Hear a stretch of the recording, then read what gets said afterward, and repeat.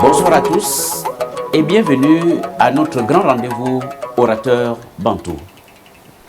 Orateur Bantou parle de notre histoire, de notre savoir et magnifie nos valeurs traditionnelles chez les Bantous. Ce soir, le sujet du jour, dans ce corps de garde, l'enfant est pour tout le village. Que signifie cette expression chez les Bantous? Et pour en parler, je reçois deux orateurs et notre consultant qui nous accompagne d'habitude. Mais avant, je vais demander à mes invités de se présenter. En commençant par ma droite, avec M. Mabika. M. Mabika, Mboloa. Ya Ndembolowe. Ndelanie. Mendo Jumave unatatna mambakwa Mabika Mangoma. Mwana ngomi amla kumzambu. Kumzambu mwana musamuke tunanzambu ngoju kumpormayin metro skul majal. Ngomi ama mwana ya mitangu na madola opudi bakmansi musanu wandindi. Kabu memujem. Me mwana tisi na masolu sangumbam. Mutewuli mondo mutata ubasumna wingra bawelo mbumama. Ndamte ulijaba di mikwal na di burmalama. Me mwana ngenzamba muketunzamba kumanzamba ikna makulu mamulungi na jangi babela na mbadi buka ikna kumongoju. Me mwana bajimba mungengi nya mungengi bijobi mungengi mungengi nangoju mungengi ikna nyang busu ikna mulat magaji ikna botwa batiba wanzima nan kubisielu mambundwa mabulingi na kinga nyama abobana abana ikleme mwano tukwa idioma Ka Iboti. Monsieur Bounoye, Molo Amolo. Oneze. Mono koje ya isono koje. Isono koje ab ebozo yi. Isono koje ab obune yi. Isono koje ab isone yi. Isono koje ab ondosum. Isono koje ab nkomba. Isono koje ab asumesono. Isono koje ya afanibizan. Isono koje ya ongusi. Isono koje ya bokono. Abansi o walenten afanibitam. Etunusi balena bikondom. Moto mono wane bayumbo alu e belokup.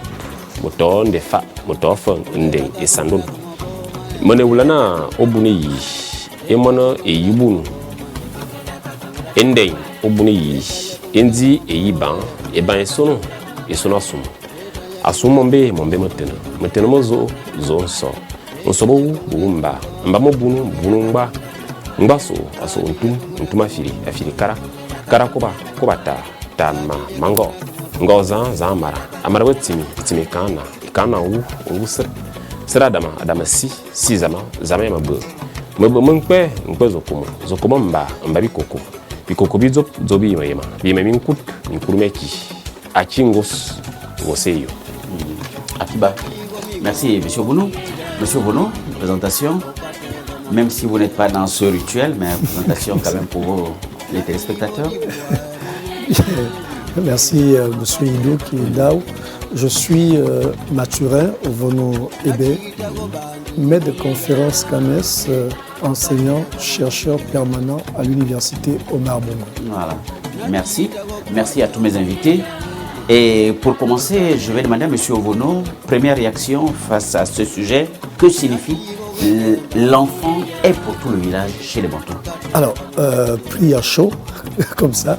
Alors, l'enfant est pour tout le village chez les Bantous signifie déjà que avant l'arrivée, avant notre rencontre avec l'Occident, la notion de capitalisme, nous ne la connaissions pas. C'est ainsi que nous vivions dans un esprit communautaire.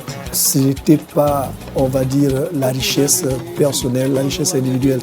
Donc, en dehors de l'enfant qui n'est pas l'enfant de soi, mais l'enfant de tout le village, la conception que nous avions du vivre ensemble était celle-là. C'était un espace de partage, une société de partage, jusqu'à ce que l'enfant ne soit pas l'enfant de son géniteur, mais l'enfant de tout le village. Cela signifie que lorsque un membre de la société fait un enfant, cet enfant ne lui appartient pas à lui seul. Cet enfant doit travailler de la façon dont il travaille pour son père, sa mère. De cette façon, il travaille pour tout le village. La notion de famille nucléaire n'existe pas chez les Bantous. Merci, M. Renaud. Nous allons aller un peu plus en détail cette fois-ci avec mes invités. Monsieur Mabika, qu'est-ce que vous pouvez dire sur l'origine de cette expression? L'enfant appartient à tout le village. Son origine vient tout simplement de la maternité de la femme, parce que chez nous, il est dit moine, aki moine mutu mo sipayi aki o mojingu jadi. Nae bour, ik moine dindu. Voici l'origine de cette assertion. C'est pour vous dire simplement, je vais le traduire, l'enfant appartient à une femme quand elle est encore dans les entrailles de cette dernière. Une fois que l'enfant est né, il appartient maintenant à tout le village. Et pour enchérir, c'est vous dire simplement que un enfant doit s'identifier à un village. Et les habitants de ce village doivent se reconnaître toujours en cet enfant.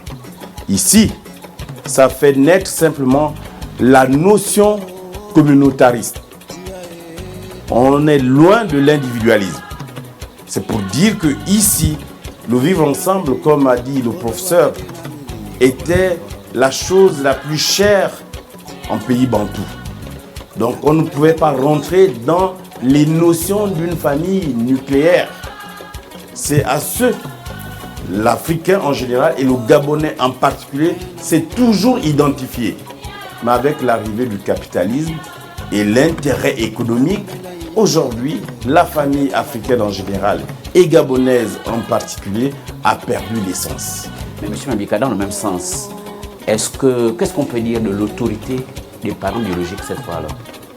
Bien, ici, par cette assertion, ça ne met pas en mal l'autorité biologique des parents. Non, non, non, ça n'a rien à voir. Ici, c'est simplement pour se dire que chaque père dans ce village est une figure paternelle.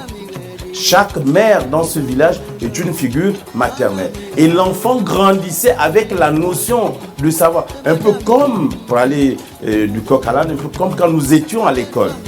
C'est qu'à notre époque, nous apprenions dans des localités précises, d'accord, surtout dans les milieux ruraux. C'est-à-dire que l'enseignant qui enseignait dans cette localité, pour nous, était perçu comme l'enseignant qui nous tenait dans notre salle de classe. On devait du respect à ce dernier. On savait se tenir devant ce dernier, parce que c'était un enseignant. Il était susceptible même de nous enseigner dans notre parcours. Donc, on se tenait droit devant ce dernier. Idem pour les parents. Dès lors que nous habitions un quartier et que la femme qui se pointait devant nous, on l'appelait maman. Le monsieur qui se pointait devant nous, on l'appelait papa. Il n'y avait pas de monsieur ou de tonton.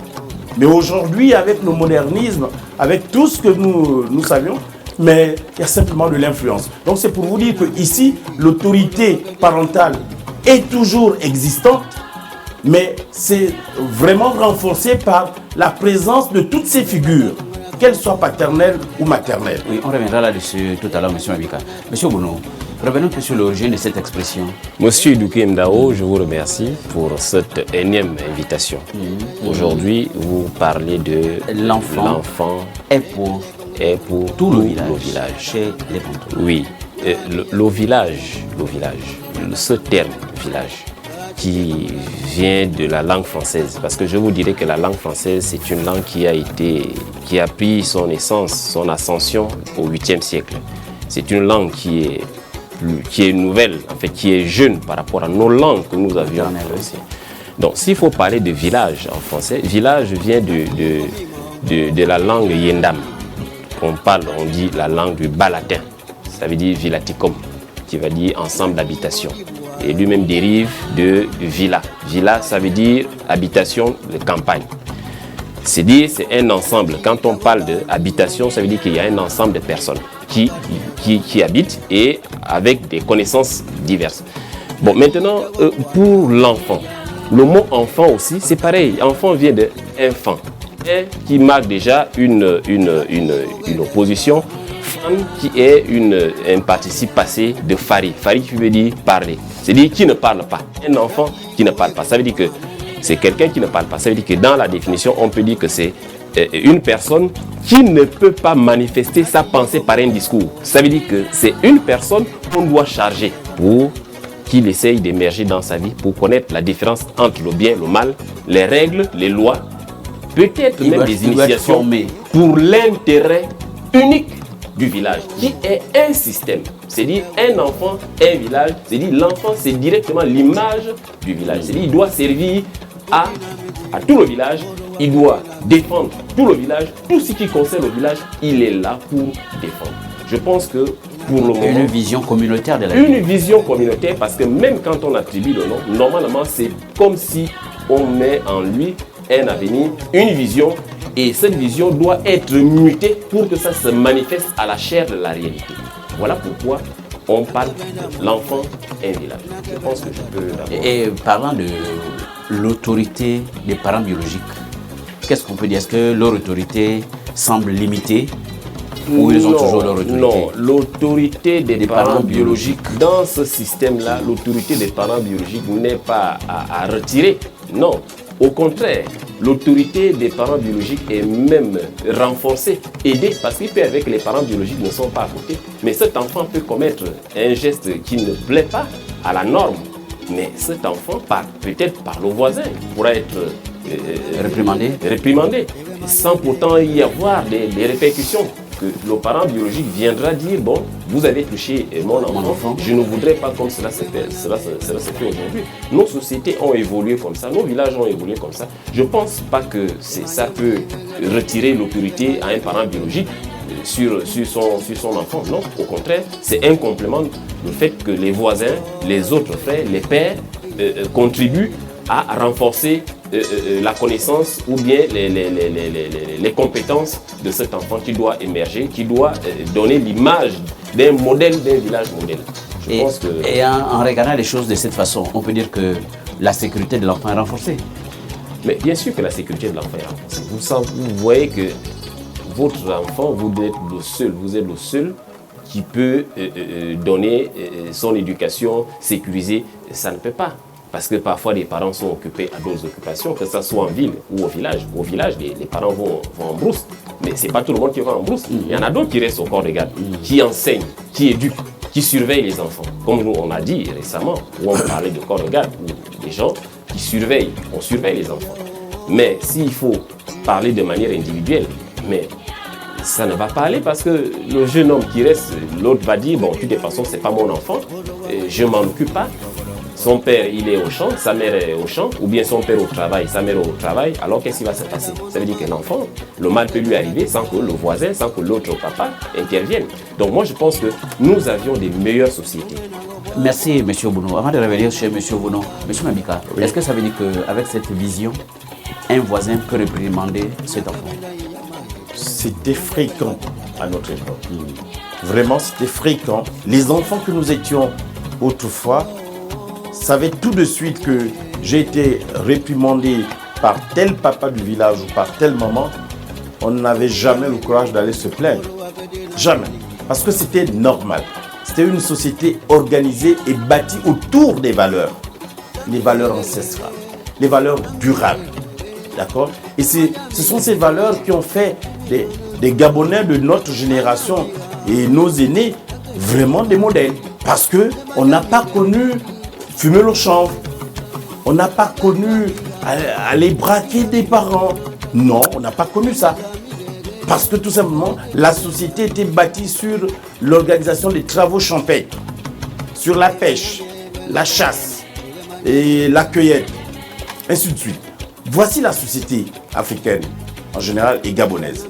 D'accord? Le soir, c'était autour des contes. Parce que l'initiation, la transmission du savoir, de la connaissance. La sensibilisation. Voilà, la sensibilisation entre autres. C'était autour des contes, des épopées.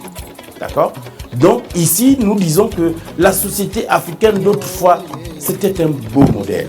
Donc il savait que quelqu'un pouvait partir d'ailleurs pour venir attaquer un enfant dans ce village, mais il n'arrivait pas. Parce que justement, les parents protégeaient tout le monde, non seulement les enfants de cette concession, mais les enfants de toute la contrée. Merci, M. Manika. M. Renaud, après ce tour de table, qu'est-ce que vous pouvez ajouter? La sécurité. La sécurité de l'enfant est renforcée parce que, voyez-vous, il vous est difficile, voire même impossible de faire du mal à ce qui vous appartient. Aujourd'hui, nous pouvons nous rendre compte que nos enfants vivent dans l'insécurité totale, même au village, parce que progressivement, l'enfant n'est plus l'enfant du village. Donc, votre frère de sang qui va se sentir exclu de la vie de cet enfant pourrait être tenté de lui faire du mal.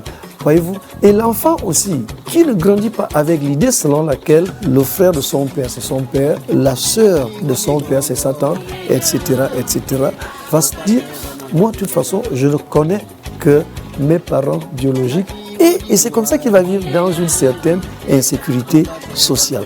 Donc, nous avons cette notion de sécurité, j'insiste vraiment dessus, lorsque la communauté sait que cet enfant est à nous, est le nôtre, aucun membre de cette communauté ne va se lever pour faire du mal à cet enfant. Donc, c'est ce que je voulais dire ici, après ce premier tour de table. Oui, M. Renaud, tout à l'heure, on disait que le voisin peut même réprimander cet enfant. Et c'est vrai que dans la réprimande, on peut retrouver une différence. Lorsque les parents biologiques réprimandent leur enfant, il y a une façon de faire. Mais est-ce qu'on peut espérer que le voisin, lorsqu'il réprimande, il sait que c'est son enfant et ce n'est pas un enfant étranger? Bien évidemment. Voilà. Je vais, vous savez... Vous voyez la sensibilité, la nuance. C'est même pas...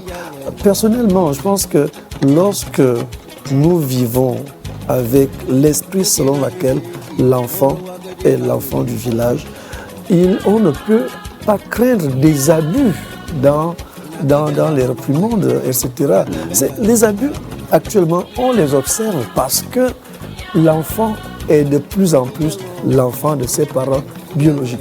Donc, on peut réprimander par jalousie, par méchanceté.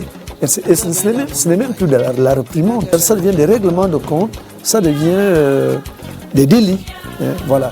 Or, lorsque on sait que cet enfant est le vôtre, il est quasiment impossible de lui faire du mal, même lorsqu'il faut le réprimander. Et je voulais vous prendre un exemple ici, comme anecdote. J'avais un oncle, c'était un grand voleur. Dans le village, il était réputé être le plus grand voleur. C'est quelqu'un à qui il ne fallait pas cacher son bien. Si vous aviez de l'argent, vous dites, non, ce gars-là, il risque de vous voler mon argent, je préfère même l'avaler, comme ça je vais mieux le garder. Mais il va vous voler votre argent dans votre ventre. Mais si vous lui dites, oh, monsieur Idou, gardez-moi cet argent, en sachant que c'est vous, Idou, le voleur, dites, Idou, gardez-moi cet argent. Il ne touchera pas à cet argent. Vous voyez? Donc, plus vous voulez protéger votre enfant, plus vous isolez les parents dans le village, mais plus ces parents-là ne vont pas se sentir concernés par l'éducation de l'enfant, concernés par la sécurité de l'enfant. À ce moment-là, l'enfant sera livré à lui-même. En votre absence, quelqu'un peut se lever et lui faire du mal sans problème, ce qui ne peut pas être le cas lorsqu'on vit avec l'idée selon laquelle cet enfant est l'enfant du village, donc il est le nôtre. Merci, M. Renaud. M. Manika, revenons un peu sur la discipline, en gros, avec ce concept. Et qu'est-ce qu'on peut dire de ce concept sur la solidarité dans le village? Bien, Idukina, ce n'est pas un concept qui influence la solidarité, bien au contraire. Comment ce concept renforce la solidarité en milieu rural? Simplement parce qu'il y a eu préservation des valeurs. Il y a eu transmission des valeurs accompagnée de l'éthique.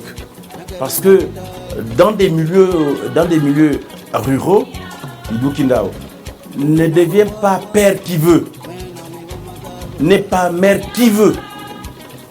Constatez bien dans nos villages, tous les papas sont appelés papa. Toutes les mamans, c'est maman. Vous n'entendrez jamais monsieur ou madame. Vous voyez, parce que c'est comme le vouvoiement. Quand vous voyez, ça fragilise quelque chose.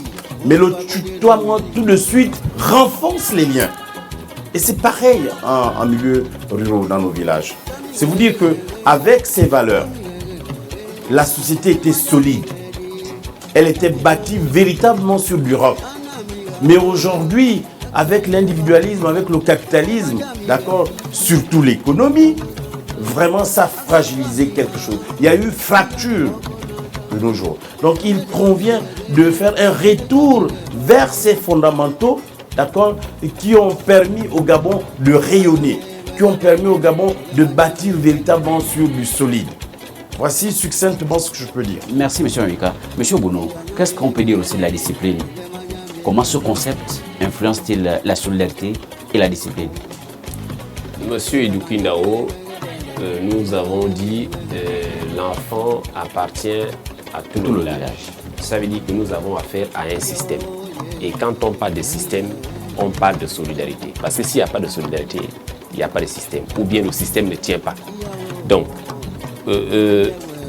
automatiquement, la solidarité est de mise. Parce que pour façonner cet enfant, il faut plusieurs intervenants. Il faut plusieurs personnes. Étant l'habitant dans un village, nous n'avons pas tous les mêmes compétences pour façonner ce jeune homme qui est en train d'émerger. Parce que c'est un enfant. Qu'est-ce qu'il faut faire?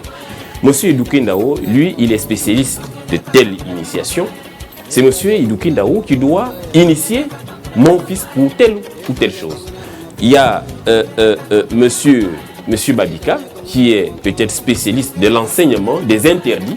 Monsieur Babika, il connaît ce qu'il doit faire pour mon fils. Et vice-versa.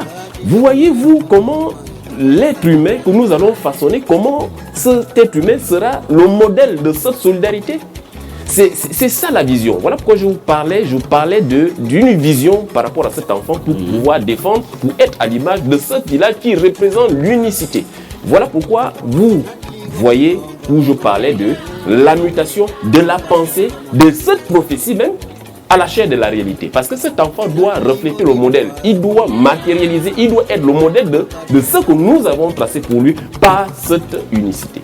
Je pense que c'est ça que je peux... Monsieur Bounou, est-ce qu'on peut quand même conclure que tout le monde, finalement, tout le village, investit pour la génération montante? Mais justement, ce sont nos traditions. Je ne vais pas parler des traditions occidentales. C'est même le modèle, le fondement même, le renforcement même de nos sociétés. S'il n'y a pas de solidarité, de toutes les façons, c'est la dislocation et c'est ça que nous constatons aujourd'hui. Il faut une discipline. Et cette discipline, si on l'insère actuellement, les gens auront du mal parce qu'on a pris des mauvaises habitudes. C'est des coutumes, mais ce n'est pas des traditions. Nous parlons ici de tradition. Donc il faut une discipline et cette discipline passe automatiquement par ce que nous sommes en train de parler, d'énumérer présentement. Monsieur Bounou, est-ce qu'on peut dire que c'est tout le village qui investit pour la génération montante? C'est tout le village qui investit, aussi bien M. Obounou que M. Mabika l'ont dit tantôt. C'est une approche systémique. Dans le village, il y a plusieurs corps de métier. Plusieurs corps de métier. Et ça nous renvoie à l'émission que nous faisions il y a quelques semaines sur le corps de garde, disant que le corps de garde, c'est l'endroit où se réunissent ceux qui sont chargés de garder le village, ceux qui sont chargés de garder la tradition. Voilà. Donc, on trouvera dans un village un chasseur qui apprendra la chasse à votre enfant. On trouvera dans un village un tisserand. Tisserand ou tisserand? Tisserand, c'est ça. Ouais. Tisserand. Un tisserand, pardon. Un tisserand qui apprendra le métier de tisserand à votre enfant. Donc en fait, l'enfant, lorsqu'il grandit, il est la somme de toutes les connaissances du village. Si vous gardez votre enfant pour vous, il n'aura qu'une seule éducation, la vôtre, qui n'est pas complexe. Qui n'est pas complexe. Donc, lorsqu'on dit que l'enfant appartient au village, c'est la communauté qui assume l'éducation de cet enfant et c'est la communauté qui doit se retrouver derrière la réussite ou l'échec de cet enfant. Voilà, en gros, comment on peut résumer ça. Et c'est une discipline de groupe, c'est une discipline de la communauté. Il n'existe pas un seul éducateur, il existe des éducateurs. Voilà comment on peut résumer cette discipline-là. Voilà, merci M. Bono. Pour revenir à M. Mabika, on peut quand même, au risque d'anticiper que l'éducation n'est pas limitée rien qu'à la morale. Pas du tout. Voilà. Pas du tout. Monsieur Idoukinao, faites-leur manger le mot, ils avaleront la chose, avait dit Lénine. C'était véritablement une pensée vraie. Et c'est cette pensée qui a longtemps habité nos pères fondateurs des valeurs africaines, sinon ancestrales. D'accord, c'est vous dire que aujourd'hui, je prends succinctement une telle chose.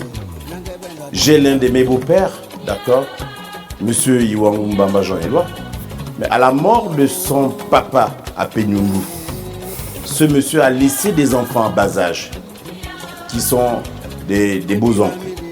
Mais ce monsieur prit effectivement ces deux cadets très loin de lui, d'accord? Et mon épouse, qui était la première petite fille de cet homme, d'accord? Parce qu'ils étaient tous âgés de 2 ans, 1 an, voire 3 ans. Mais il a mené ses enfants avec lui à Libreville. Direction, venez voir chez le cadet de son papa, Monsieur Moussa. Voici une société africaine, sinon gabonaise, qui était organisée autour des valeurs. Mais quand il arrive à Libreville, il ne va pas habiter ailleurs, il descend chez le cadet de son papa. Parce que quand bien même nous sommes matrilinéaires chez nous, mais l'enfant est investi de la puissance patrie locale. C'est pourquoi quand il arrive à Libreville, il descend à venir voir chez monsieur Moussavou Pierre. Est-ce que vous comprenez? Et aujourd'hui, quand il a pu voler de ses propres ailes, il va effectivement s'établir en Zanyo, mais il est là avec son épouse et ses enfants. Et du coup, les petits frères de ce monsieur, les neveux et les nièces, sont venus également grandir là avec ce monsieur et sa femme. Vous voyez, ça c'est l'Afrique, ça c'est le Gabon. Mais où sont passées ces valeurs aujourd'hui? Parce qu'il y a maintenant l'égoïsme, il y a maintenant l'individualisme. Donc vous comprenez qu'aujourd'hui, mon épouse appelle son oncle, parce que c'est effectivement le deuxième de la fratrie, mais mon épouse appelle cet oncle-là Papa Jean-Éloi. Elle m'a dit que sous d'autres cieux, elle pouvait l'appeler tonton, chose qui est d'ailleurs normale parce qu'effectivement c'est l'aîné de ses mamans. Donc vous comprenez que ces valeurs, on ne les retrouve plus. D'accord? C'est pourquoi je disais que ici, il faut qu'on puisse avoir un modèle gabonais. Et le modèle gabonais passe par la préservation, la conservation de nos traditions, de nos valeurs culturelles et ancestrales. Et ce n'est que comme ça que le Gabon va se démarquer et le Gabon aura même un système politique, économique et social très solide. Monsieur Obono, parlons un peu d'une particularité aussi dans le village. Qu'est-ce qu'on peut dire d'un enfant orphelin dans cet environnement? Un enfant orphelin. Monsieur Idoukinao, dans un système de solidarité, comme le sujet dont vous venez et nous débattons actuellement, dans un système de solidarité, un enfant orphelin, s'il est vraiment à bas âge, qui n'a pas connu ses parents biologiques, va grandir sans pourtant avoir des arrière-pensées qu'il a perdu ses parents biologiques dans ce système. À moins si cet enfant a perdu ses parents à l'âge où il a la conscience qu'il a les images de ses parents.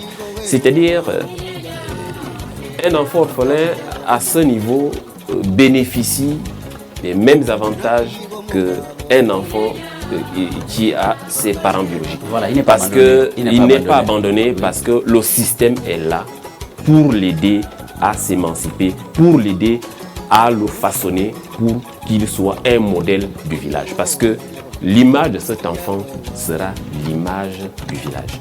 Donc je pense qu'un enfant orphelin bénéficie et même bien façonné dans ce système de vie communautaire.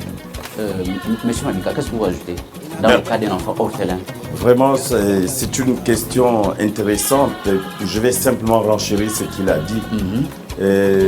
Né orphelin, c'est rester dans l'étymologie. C'est un mot français, oui, la notion y est, l'enfant est orphelin. Mais dans la pratique culturelle et traditionnelle, cet enfant n'est pas orphelin. Parce que dès lors que les parents mouraient, tout de suite, il y avait une figure tutélaire. Qu'il soit effectivement un parent de sang, clanique ou autre. Mais de facto, il y avait un parent qui prenait le relais. C'est pourquoi, pour renchérir ce que a dit M. Obounou, ça veut dire que c'est l'image du village qu'on défend. C'est l'image de la famille qu'on défend. C'est pourquoi, d'entrée de jeu, quand on a commencé, je vous ai dit, un enfant doit s'identifier à un village, doit s'identifier à ses habitants et vice-versa. C'est pourquoi ici, la notion de l'enfant du village est une notion ancestrale, sinon mystico-spirituelle même. Parce que la protection physique et invisible, effectivement, venait de tout le monde dans le village. Merci, M. Mabika. Par-dessus tout, nous sommes d'accord, l'enfant appartient à tout le village. Quel est le bénéfice pour les parents biologiques finalement? Monsieur Bounou. Oui, monsieur Idoukindaou. Voilà. Au risque de se répéter peut-être. Oui, monsieur Idoukindaou, quand on parle de bénéfices, la volonté des parents biologiques, c'est d'avoir un produit fini. Un produit fini, c'est un produit de qualité. Un produit bien formé, qui connaît le bien, le mal, les lois, les interdits, les initiations, et ainsi de suite, pour qui représente le village, pour l'honneur du village. Je pense que le bénéfice est vraiment prospère. Pour un enfant qui a été dès le bas âge enseigné, éduqué par ses pères du village. Je pense que le bénéfice est de mise. Et voilà. Monsieur Horon, qu'est-ce que vous ajoutez?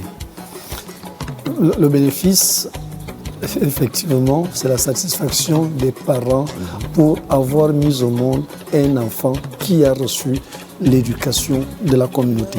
Mais j'aimerais revenir sur l'orphelin. Voilà. En disant, et là je vais prendre un exemple personnel, je suis descendant d'orphelin. Orphelin total. Total, parce que mon grand-père, le père de papa, c'est quelqu'un qui n'a connu ni son père ni sa mère. Son père est décédé pendant que sa mère était enceinte de lui. Et sa mère est décédée à l'accouchement. Alors donc, vous voyez que s'il avait été abandonné, je ne serais pas sur le plateau aujourd'hui. Donc, vous voyez, donc l'enfant, c'est l'enfant du village, orphelin ou non, c'est l'enfant du village. Donc, pour revenir à la satisfaction des parents biologiques, c'est clair. Vous savez, dans nos villages, si vous commencez à dire c'est mon enfant, vous l'exposez à tous les dangers possibles. À tous les dangers. Donc, la satisfaction des parents biologiques ici est celle d'avoir mis au monde, avoir offert à la communauté villageoise, avoir offert au clan, à la tribu, un enfant qui est l'image même de ce village, l'image de ce clan, l'image de cette tribu. Merci, M. Bono. Osons un peu revenir sur cette question. C'est vrai que M. Mabika a commencé à aborder cet aspect. Est-ce que ce concept, soyons vraiment réalistes et vrais, est-ce que ce concept existe encore aujourd'hui?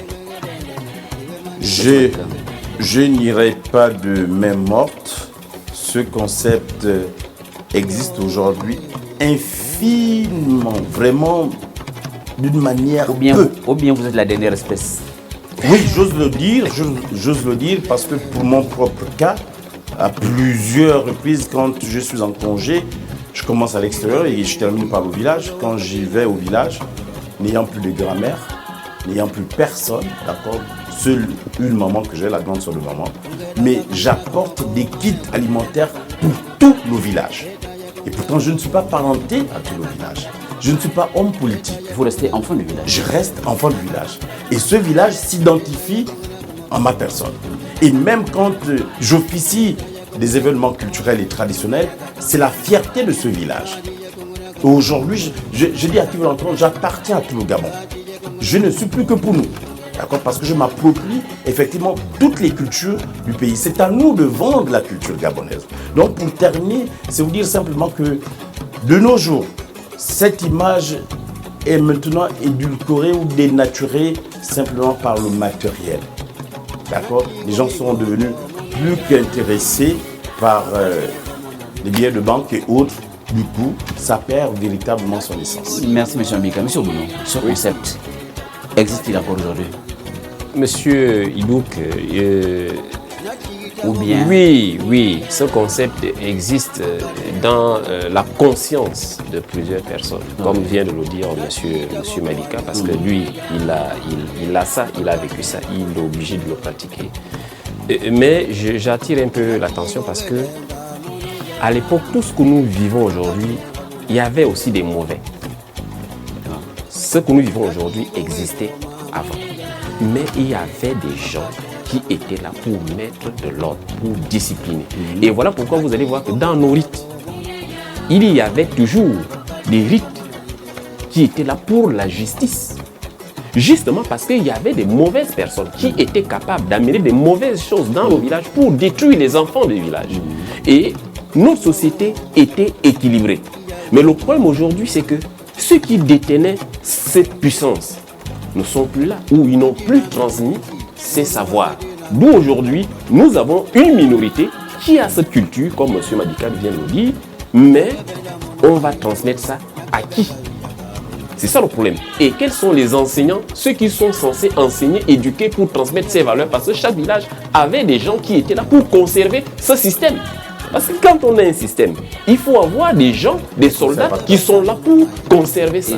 Mais qui, actuellement, nos villages qui sont en train de s'évider, on parle d'exode rural. Et alors, je reviens à ce qu'il est en train de dire, c'est que les pouvoirs publics doivent aider. Pourquoi? Comment les pouvoirs publics peuvent aider? Les pouvoirs publics peuvent aider. Je prends un exemple.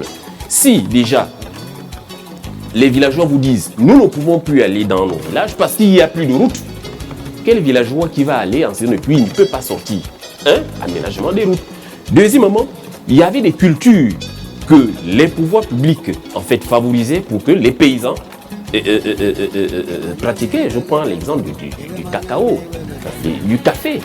Les villageois, les gens, un jeune qui n'a pas eu la chance de parvenir à l'école occidentale, il a sa plantation, il a ses hectares de cacao, il vend.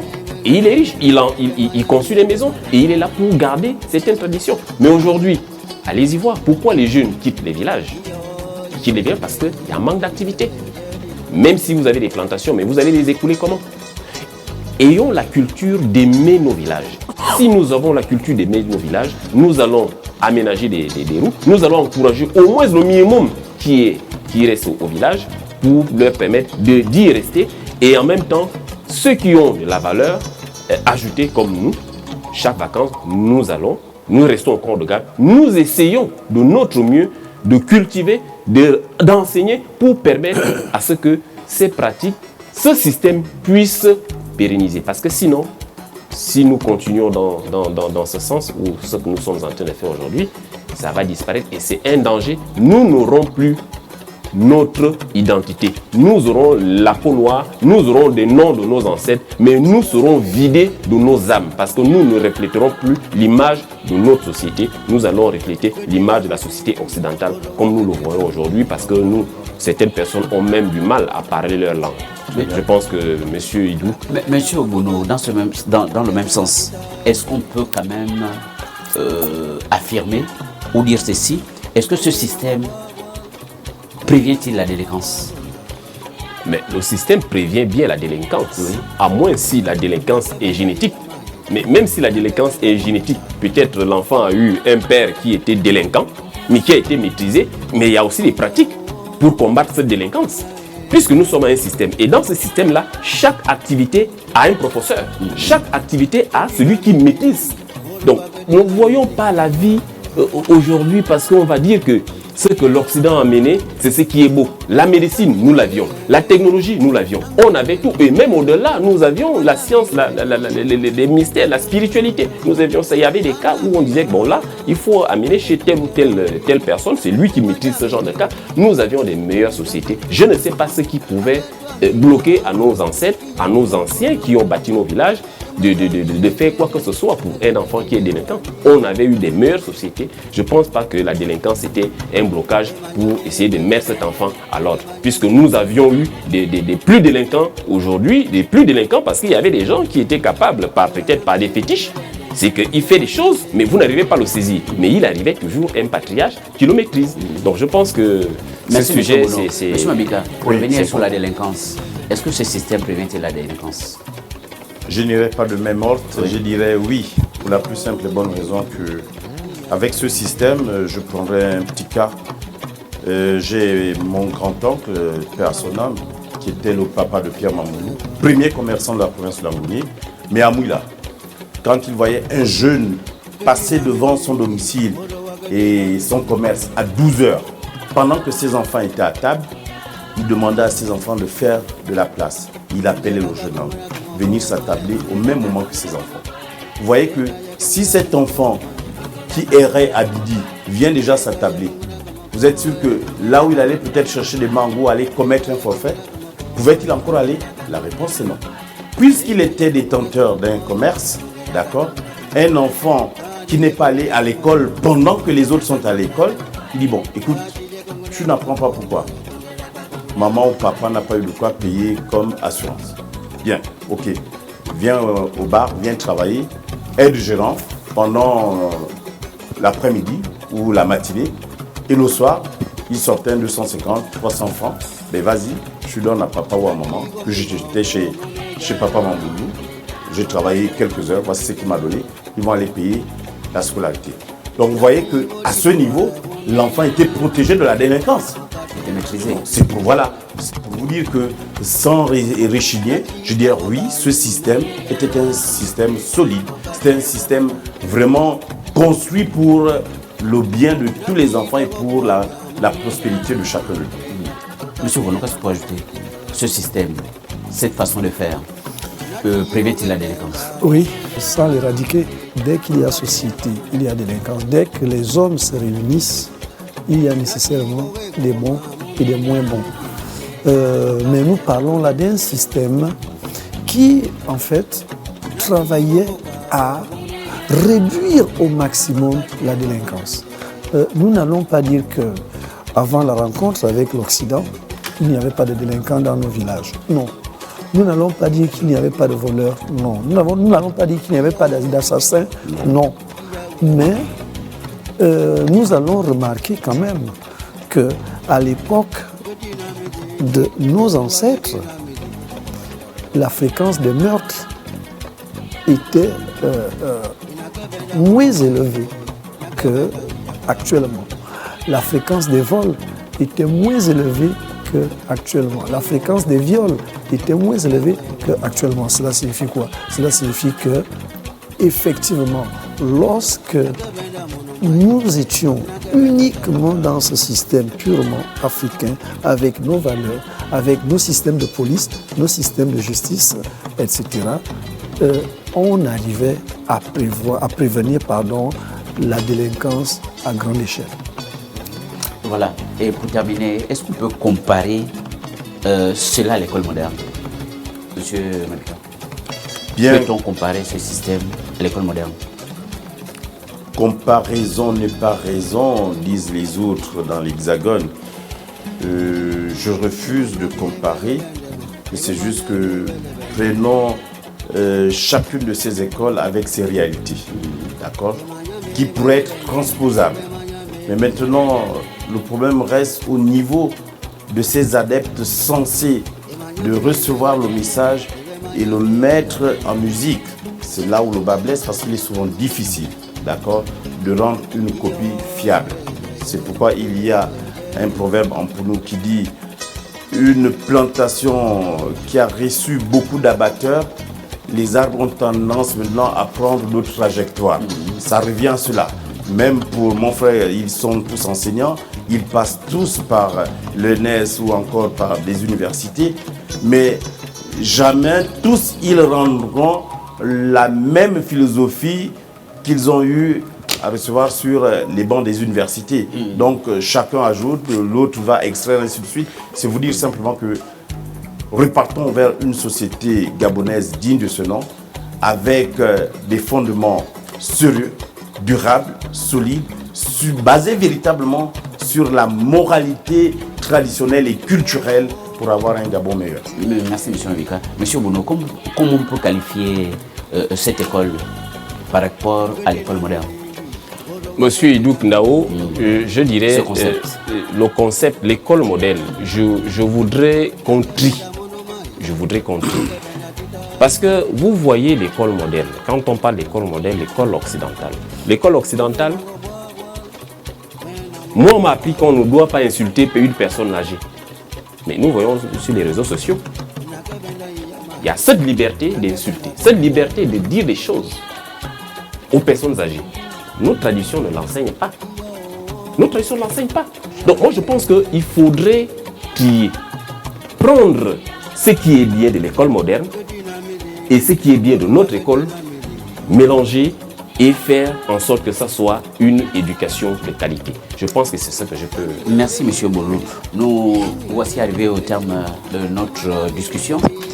Merci encore pour votre édification, surtout à l'endroit de nos téléspectateurs. Nous allons passer à la dernière rubrique, nous allons faire le résumé à nos communautés. Et nous allons commencer avec M. Mavika. Diboti, Batat, Nabamama, Ban Banguji, Ban Bakati, Ngedina Ivunda, Musamwa Ujen Mitingu, Ivundo Dimba, Baye Sangli Dim, Aïbe Sangli Moine, Kabo Moine, Wotpa Maburung, Dim Diote, Dikbanga Nanzang, Kabo Muvayi Moine, Pai Aki Omojungu Jangi, Moine Muge Tumosi. Nae bur akbanga mwan dim biot mumba obenengil tata vadimbo benengil mam vadimbo orungulu roma mwana okamba na isalu otati mwana ni mwana umbegi salve tata pai amavurul na manyuru matu mama violila arungu yereb dingiba ova mwani yereb dingiba mwana obusi kabo muva yi mwana pai tajaji baburu mwana nanguji ba mafanganga mwana badimbi batu ayebi mwana isiala mumba ondima baritwa besiali mukina bataja besiali be banksi mwana euna mbatingu no wenda akiwara mumambwa mem tinengi bikola akibna diela mweso salmangasa dimbi dina du tsadulu du bna mugangu awuna mwana dimbu dietu bajabeni otola ofomu obai me mwana dimbu simbi na bukari kabu luyava yi mwana bu aundebe utibur omoja i mwana bu otibur nangu jawu atibur natajawu na mwana katawu na mwana gwa unesi mwana wotswa dimbu mwana kabu paibe buru nana otidile irei okumuwakisa okudili neni okumuwakisa mba diboti yotu dietemu jawa mwesta mungu mosi owara ogabsu abo payi betina musamwa unzitu uduvera auna tukwa idioma ka monsieur Bono la communauté femme brièvement betare abanana ma vami ambolo mana andami ngongong aussi comment bale na ikisoro bale na boyo bivo sana avalmeyum Vive de tiers, mamaya, un bon bourza, mamaya za, ya et bon bonheur, on a mété. Et de l'autre na, man, anakala, ngumuza, un betira, mulungus, il y a un bonala. Et on a bon tout moment, man, ambe na, ngumuza, et voyez ya yolo. Amuna azete me yimna unyiman inyo zaete ngo ono za oyona azara nyima mazarete unyiman ayima bomam morsa sa amba bana asu sedeng e wanna ba duna za ba yanda ko ya kuma e bona ba bana anamete amuno bona bete e bobombo e vola ya anamete ngana mano ngo bona bana labe be zuna namate ono labe ngo bona bana nkakam be zuna namate boni mikakam amuina ayi le ban daso ayi le ya e borbana mi namete ate motu ya ti ya ko tui mama ya bon ba ka ba anyi mama ya mbona ya zete ya ka ba akamana bo mama te masa mon bon fulan mona mbe ka bele be sa be benyo mona mbe bele be sa ben benye ben enye manda mo burma e mama manga kama afmana e di bi wala zona za ene fonan ye bon bana ete ya fono ban ba fonana e za daba akiba ya e burba ya mawo on fa ya on bondo Akiba, monsieur Renaud, un dernier mot.